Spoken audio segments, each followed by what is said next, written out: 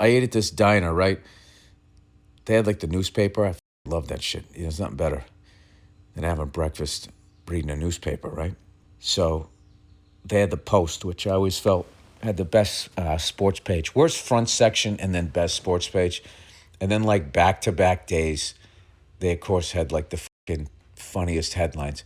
They're going off on that mayor. Say they call him the socialist mayor. It's so funny. Anytime any politician wants to actually do something for working people, they're called a communist or a socialist. Like unregulated capitalism is fucking working for everybody. Communism, social, that's fucking terrible. Let's have one guy have a bunch of rockets and $1 trillion and then have a bunch of veterans living under a bridge. That's fucking, see, this is the way you run a country. So anyway, so they call him like a socialist as always. And then they just start saying that he's short-tempered, he does this and he does that, according to unnamed sources in the Congress or something like that. It's like, you fucking bitches.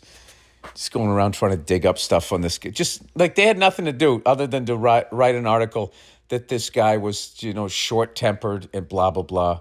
All you have to do to read through all of that is he might actually hold banks accountable. He might question our foreign policy. You fucking socialist. It is amazing that we can see that communism and socialism doesn't work, but we can't see that capitalism doesn't work. Can't fucking see it. The problem is not the form. It's people. No matter what form of government you have, it's not going to fucking work because psychopaths will ascend to the top of that mountain and then just take everything for themselves, no matter what the fuck you call it. All right, that's my little thing. Oh, get off the fucking stump this. So then the next day, the Post at the cover had this whole article about how kids, can't read, are reading at a really low level in this country. And guess who they blame? They blame the teachers. They were like, shame on teachers.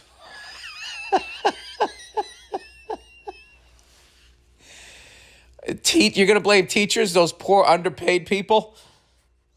That's who the f*** you're going to blame. What about all of the parents out there that use an iPad? They outsource their being a parent with an iPad. They give it to their kids. You see them. The kid starts crying. They just hand them a fucking iPad.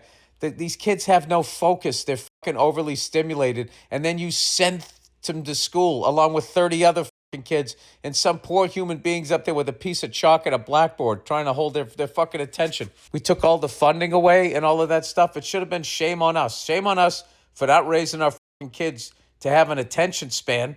Now that all that information is out there, right? And shame on us for allowing the politicians to fucking, defund all of those things. Because people at the top don't want to pay any fucking taxes. Blaming the goddamn teachers. That's where I don't line up with conservative thought. I line up with it with a lot of other shit. iPads, phones, none of that shit.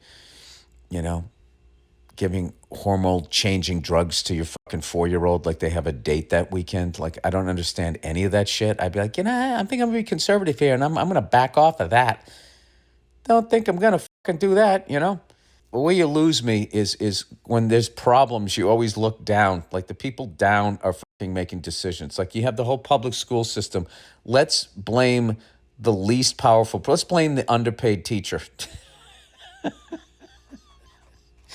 Dealing with iPads and legal weed